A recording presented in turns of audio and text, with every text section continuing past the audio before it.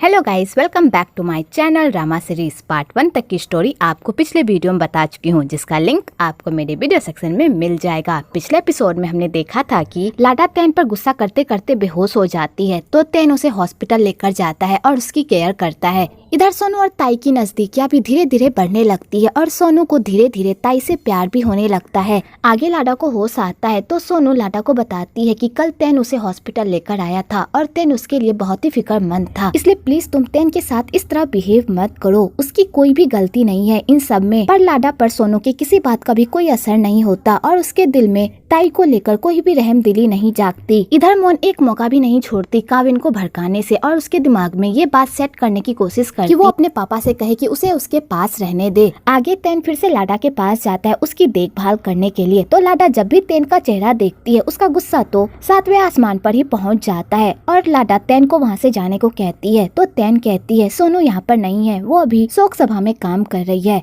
और जब तक वो नहीं आ जाती तब तक मैं यहाँ से नहीं जाऊंगा और मैं ही तुम्हारा ख्याल रखूंगा। तो लाडा तैन को भगाने की बहुत कोशिश करती है पर तैन नहीं भागता और लाडा का ख्याल रखता है। इधर गांडा ताई से मिलने के लिए आती है। एक्चुअली गांडा ताई की गर्लफ्रेंड होती है, तो गांडा ताई को अपने दोस्त के बर्थडे पार्टी पर उसके साथ जाने को कहती है। तो ताई कहता है मैं तुम्हारे साथ पार्टी पर जरूर चलूंगा, लेकिन उससे पहले मुझे शोक सभा में जाना होगा। आज मेरा भाई उस शोक सभा में नहीं जा सकता, इसलिए मुझे उसके बदले वहाँ पर जाकर वहाँ की बागडोर को संभालना होगा, इसलिए मुझे थोड़ा टाइम लग जाएगा। तो गांडा कहती है कोई बात नहीं। आगे ताई शोक सभा में जाता है और वहाँ जाकर वो सोनू की हेल्प करता है। तो सोई जब उन दोनों को एक साथ देखती है उसके मन में तो लड्डू फूटने लगते हैं और उसे लगता है कि उसकी बेटी ताई से प्यार करती है, इसलिए सोई उन दोनों को एक साथ छोड़ देती है ताकि वो दोनों साथ में टाइम स्पेंड कर सके और एक दूसरे को जानने की कोशिश करे। दूसरी तरफ तैन लाडा से बात करने की कोशिश करता है और उसे समझाने की भी कोशिश करता है, पर लाडा उसकी एक बात भी नहीं सुनती और वो हॉस्पिटल से घर जाने की जिद करती है। तो तैन को मजबूरन लाडा को घर छोड़ना पड़ता है। आगे तैन लाडा को घर छोड़ने के लिए जाता है, तो वो लाडा को सीट बेल्ट बांधने को कहता है, पर लाडा उसकी बात ही नहीं सुनती। तो तैन को मजबूरन सीट बेल्ट बांधना पड़ता है, जिस चक्कर में वो दोनों एक दूसरे के काफी करीब आ जाते हैं। आगे तैन लाडा को कहता है तुमने सुबह से अभी तक कुछ भी नहीं खाया, चलो कुछ खाना खा लो। तो लाडा कहती है मुझे भूख नहीं है, मैं घर जाना चाहती हूँ। तो तैन कहता है अगर तुम अच्छे से खाना खाओगी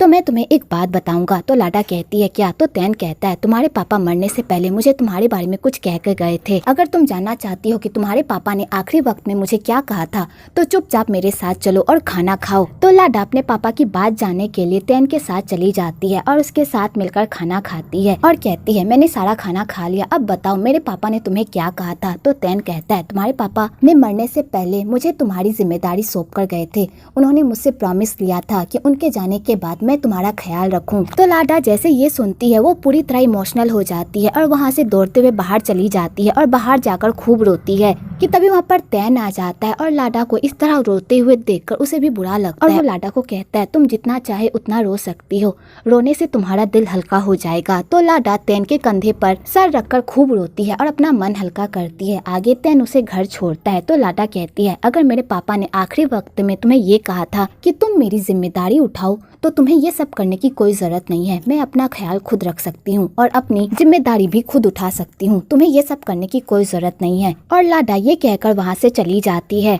आगे लाडा सोनू से बातों ही बातों में ये बात पूछती है कि क्या कोई अनजान आदमी किसी अनजान आदमी को अपनी बेटी की जिम्मेदारी सौंप सकता है। तो सोनू कहती है ऐसा हो ही नहीं सकता, कोई भी अनजान आदमी अपनी प्यारी बेटी की जिम्मेदारी किसी अनजान आदमी के हाथ नहीं सौंप सकता जिसे वो जानता भी नहीं। वैसे तुम ये बात क्यों पूछ रही हो? तो लाडा कहती है बस मैं ऐसे ही पूछ रही थी। आगे लाडा को तैन की किसी बात पर भरोसा नहीं होता और उसे लगता है कि उसके पापा उसकी जिम्मेदारी एक अनजान आदमी को तो बिल्कुल भी नहीं सौंप सकते। इधर तैन लाडा को लेकर बहुत ही परेशान रहता है। तो ताई कहता है भाई आप इतने परेशान क्यों हो, आपसे जो हो सकता था आपने वो सब किया, इसलिए अपने आप को बुरा फील करवाने की कोई जरूरत नहीं है। तो तैन कहता है लाडा कावी की तरह जिद्दी है, वो कोई भी बात नहीं समझती, लेकिन मैंने उसके पापा को प्रॉमिस किया है तो मैं अपना वादा जरूर निभाऊंगा और उसका ख्याल रखूंगा। अगली सुबह तैन अपनी बेटी के साथ ब्रेकफास्ट कर रहा होता है, पर उसकी बेटी ब्रेकफास्ट नहीं करती, उल्टा उसकी किसी बात का जवाब नहीं देती और सिर्फ जिद्दीपना करती है कि तभी उधर से मौन जाती है। तो कावी जैसे ही मौन को देखती है, उसे देखते ही वो खुश हो जाती है और उसकी बात मानकर वो खाना भी खाने लगती है। तो तैन ये सब देखकर पूरी तरह हैरान होता है। आगे तैन मौन को कहता है, मेरी बेटी की वजह से तुम्हें बहुत सारी प्रॉब्लम का सामना करना पड़ता होगा ना। पता नहीं क्यों आजकल कावी बहुत ही जिद्दी हो गई है, मेरी एक बात भी नहीं सुनती। तो मौन कहती है, वो अभी छोटी बच्ची है, उसे बस थोड़ा टाइम दो, बिना माँ की बच्ची है इसलिए थोड़ी जिद्दी हो गई है, वो धीरे धीरे ठीक हो जाएगी।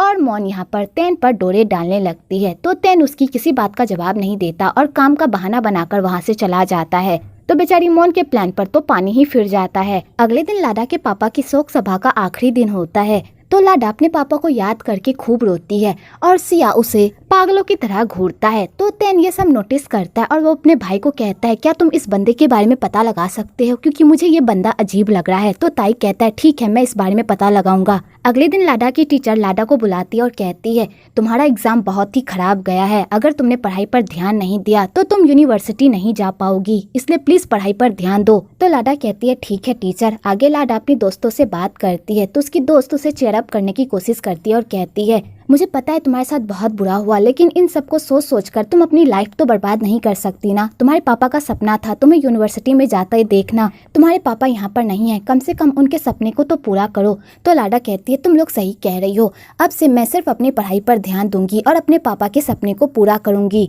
दूसरी तरफ सोई अपनी हरकतों से बाज नहीं आती और वो फिर से तैन के पास चली जाती है पैसे मांगने के लिए। और इस बार तो वो लाडा की पढ़ाई का बहाना बनाकर तैन से पैसे निकलवाने की कोशिश करती है और उसके सामने ये झूठ बोलती है कि पैसों की वजह से लाडा अपनी पढ़ाई कंप्लीट करना नहीं चाहती। तो तैन कहता है, मैं इस बारे में लाडा से बात करूंगा। तो सोई इस बात को छुपाने के लिए तैन को मैनिपुलेट करती है और कहती है, वैसे भी लाडा तुमसे बात करना पसंद नहीं करती, जब भी वो तुम्हें देखती है वो गुस्सा हो जाती है, अगर तुम उसे इस बारे में बात करोगे तो वो कभी भी तुम्हारे पैसे नहीं लेगी। और सोई तैन को इमोशनली ब्लैकमेल करके उससे पैसे निकलवाने की कोशिश करती है, पर तैन उसे एक भूटी कोड़ी भी नहीं देता। तो बेचारी सोई को खाली हाथ ही घर वापस आना पड़ता है। आगे जब सोनू को अपनी मॉम की इस हरकत के बारे में पता चलता है तो वो अपनी मॉम को कहती है, मॉम आप ऐसी हरकत कैसे कर सकती हैं, उन लोगों ने ऑलरेडी हमें बहुत सारा पैसा दिया है और आप फिर से उनके पास पैसे मांगने के लिए चली गई। तो ये कहती है, तो क्या हो गया, मैंने तो बस उनसे थोड़े से पैसे मांगे थे, अगर वो मुझे थोड़े से पैसे दे ही देते वो कोई गरीब नहीं हो जाते, लेकिन उन्होंने मुझे एक भूटी कोड़ी नहीं दी, इसलिए मैं तुम्हें कह रही हूँ बेटा, उस खानदान के किसी लड़के को पटाकर उससे शादी कर लो,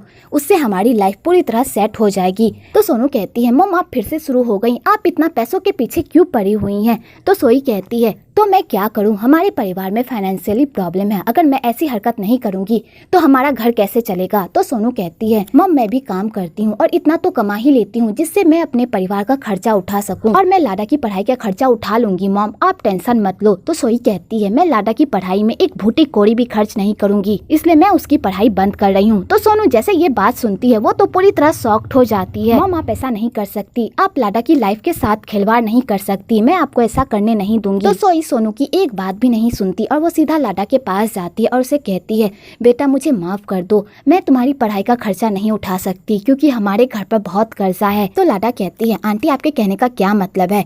तो सोई लाडा को बताती है कि उसके पापा को जुए की लत थी और इसी जुए की लत की वजह से उन्होंने इस घर को गिरवी रख दिया और हमारे ऊपर ढेर सारा कर्जा हो गया है, अगर हमने ये कर्जा टाइम पर नहीं चुकाया तो वो लोग हमारे साथ कुछ भी कर सकते हैं। तो लाडा को बिलीव नहीं होता कि उसके पापा एक जुआरी थे, पर सोई लाडा के दिमाग में इस तरह बातें घुसाती है कि लाडा को भी बिलीव हो जाता है। तो लाडा कहती है, आंटी आप टेंशन मत लो, मैं आपकी फाइनेंशियली हेल्प करने की बहुत कोशिश करूंगी, मैं पढ़ाई के साथ साथ काम करूंगी पर अपनी पढ़ाई नहीं छोड़ूंगी, इसलिए आप मेरी फिक्र मत करो। और लाडा ये कहकर चली जाती है।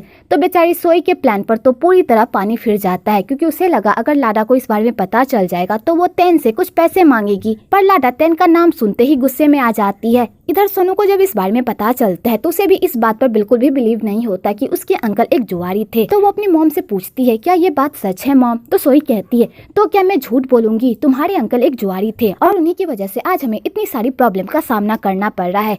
तो सोनू अपनी मॉम की बातें सुन लेती है और वहाँ से चली जाती है, पर उसे इस बात पर बिल्कुल भी बिलीव नहीं होता और उसे लगता है कि उसकी मॉम कुछ न कुछ जरूर छुपा रही है। वह सोनू का शक सही भी होता है, एक्चुअली लाडा के पापा जुआरी नहीं थे बल्कि सोई जुआरी थी और उसने जुआ के चक्कर में बहुत सारा कर्जा अपने सर पर भी चढ़ा लिया होता है। जब इस बारे में लाडा के पापा को पता चला था तो वो पूरी तरह शॉक्ड हो गए थे कि उनकी वाइफ ने गैंगस्टर से इतना बड़ा कर्जा अपने सर पर चढ़ा लिया है। तो सोई अपने कारनामे को छुपाने के लिए अपना सारा इल्जाम लाडा के पापा पर लगा देती है और इस बारे में किसी को भनक भी नहीं पड़ती। इधर लाडा अपनी दोस्त से अपनी प्रॉब्लम को शेयर करती है तो उसकी दोस्त कहती है मेरी नजर में तुम्हारे लिए एक नौकरी है, अगर तुम करना चाहो। तो लाडा कहती है थैंक यू सो मच मेरी दोस्त, मुझे उस नौकरी की जरूरत है, प्लीज मुझे वो दिलवा दो। तो उसकी दोस्त कहती है ठीक है, मैं स्कूल वालों से तुम्हारे लिए बात करूंगी। आगे तेन लाडा से मिलने के लिए स्कूल आता है और उसे अपने साथ बाहर लेकर जाता है और तेन लाडा को समझाने की कोशिश करता है कि अगर उसे फाइनेंशियली प्रॉब्लम है जिस वजह से तुम अपनी पढ़ाई छोड़ रही हो, तो मैं तुम्हारी फाइनेंशियली कंडीशन की सारी जिम्मेदारी उठाने के लिए तैयार हूँ। तुम्हें इन सब के बारे में टेंशन लेने की कोई जरूरत नहीं है, आज से तुम्हारा सारा खर्चा मैं उठाऊंगा, बस तुम अपने पढ़ाई पर ध्यान दो। तो लाडा को इस बात पर बहुत ही गुस्सा आता है और वो कहती है मुझे तुमसे कोई भीख नहीं चाहिए, तुम्हारी वजह से मेरे पापा की मौत हुई है जिसके लिए मैं तुम्हें कभी भी माफ नहीं करूंगी और तुम चाहते हो कि मैं तुम्हारे पैसे लेकर अपने को और गिरा दूं। और यहाँ पर लाडा और तेन में बहस हो जाती है। तो तेन कहता है आखिरकार मैं तुम्हारे लिए ऐसा क्या करूं जिससे तुम मुझे माफ कर दो। तो लाडा कहती है मुझे तुम्हारी जिंदगी चाहिए, क्या तुम दे सकते हो। और लाडा ये कहकर वहाँ से चली जाती है। तो तेन को बहुत ही बुरा लगता है क्योंकि उसके इतनी कोशिश करने के बावजूद भी लाडा उसकी एक बात भी नहीं सुन रही होती है। अगले दिन लाडा अपने काम पर जा रही होती है और वो रास्ते में बात करते हुए जा रही होती है, जिस चक्कर में उसका एक्सीडेंट होते होते बच जाता है क्योंकि सही टाइम पर तेन आ जाता है और लाडा को बचा लेता है। तो जिस गाड़ी से लाडा का एक्सीडेंट होने वाला होता है उस गाड़ी से बंदा निकलकर लाडा को खूब डांटता है और कहता है तुम्हारा ध्यान कहाँ था, अगर तुम्हारे साथ कुछ भी हो जाता तो उसकी जिम्मेदारी कौन लेता। तुम जैसे लोगों की प्रॉब्लम ही यही है, तुम लोग गलती भी खुद करते हो और इल्जाम भी दूसरों पर लगाते हो।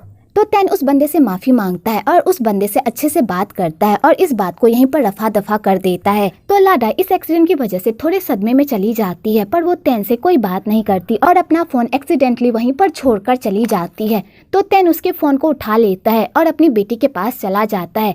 तो उसकी बेटी उल्टा उस पर गुस्सा करने लगती है क्योंकि उसने उससे प्रॉमिस किया होता है कि वो उसके लिए स्नैक्स लाएगा, पर वो खाली हाथ ही गाड़ी के अंदर आ जाता है। तो कावी इस बात पर अपने पापा से बहुत ही गुस्सा हो जाती है और वो बात भी नहीं करती। तो बेचारा तेन परेशान हो जाता है कि वो अपनी बेटी को कैसे समझाए। इधर सिया सोई को धमकी देता है कि अगर लाडा प्यार से नहीं मान रही तो उसके साथ जबरदस्ती करो। तो सोई कहती है क्या ये सब लाडा के साथ करना ठीक होगा। तो सिया कहता है अगर तुम उस प्यारे से घर में रहना चाहती हो तो तुम्हें मेरी बात माननी ही होगी। तो सोई को मजबूरन सिया के प्लान में उसका साथ देना पड़ता है। इधर लाडा उस एक्सीडेंट के बारे में सोच रही होती है और उसके दिल में कसमकस रहती है कि क्या सच में तेन की उस दिन कोई गलती नहीं थी, क्या वो सिर्फ एक एक्सीडेंट था। और बेचारी लाडा यही सब सोच सोच कर पूरी तरह परेशान रहती है। इधर तेन लाडा के फोन में उसकी सारी पिक्चर्स को बड़े प्यार से देख रहा होता है कि तभी उधर से ताई आता है और तेन को सिया के बैकग्राउंड के बारे में बताता है कि वो एक नंबर का कमीना इंसान है, वो बहुत सारे इल्लीगल काम करता है। वैसे तुम उस इंसान के बारे में क्यों जानना चाहते थे, मुझे इस बारे में बताओ। तो तेन उसे पूरी बात बता देता है। तो ताई ये बात सुनकर पूरी तरह शॉक्ड हो जाता है और वो तेन को कहता है हमें लाडा को सिया से बचा कर रखना होगा क्योंकि सिया एक नंबर का कमीना इंसान है। और वैसे भी हम लोग ये भी नहीं जानते कि लाडा की सौतेली माँ उसके साथ क्या करेगी। वैसे भाई अगर आपको कभी भी मेरी हेल्प की जरूरत पड़े तो बेहिचक आप मेरे पास आना, मैं आपकी हेल्प जरूर करूंगा। तो तेन कहता है सच में भाई तुम मेरी हेल्प करोगे तो तुम लाडा से शादी कर लो, इससे मेरी सारी परेशानी दूर हो जाएगी और तुम्हारे साथ लाडा बहुत खुश भी रहेगी। वैसे भी तुम्हारी शादी की उम्र हो ही गई है तो तुम लाडा से शादी कर लो ना। तो ताई कहता है भाई आप उस शैतान बच्ची को मेरे मत्थे मरना चाहते हैं, बिल्कुल भी नहीं, मैं उस बच्चे को नहीं झेल सकता, लेकिन मेरे पास एक ऐसा इंसान जो उस बच्ची के लायक है और वो पूरी जिंदगी उसका ख्याल रख सकता है। तो तेन ये बात सुनकर खुश हो जाता है और कहता है बताओ कौन है। तो ताई कहता है भाई आप लाडा से शादी कर लो ना, आप उसका अच्छे से ख्याल भी रख पाओगे। तो तेन कहता है क्या तुम्हारा दिमाग घास चढ़ने गया है, तुम्हें पता है वो मुझसे 10 साल छोटी है और हम दोनों के बीच ऐसा वैसा कुछ भी नहीं हो सकता। तो ताई कहता है भाई आप झूठ मत बोलो, आपकी शक्ल को देखकर लगता है कि आप भी उसे धीरे धीरे पसंद करने लगे हो। और यहाँ पर ताई अपने भाई की ही टांग खींचने लगता है।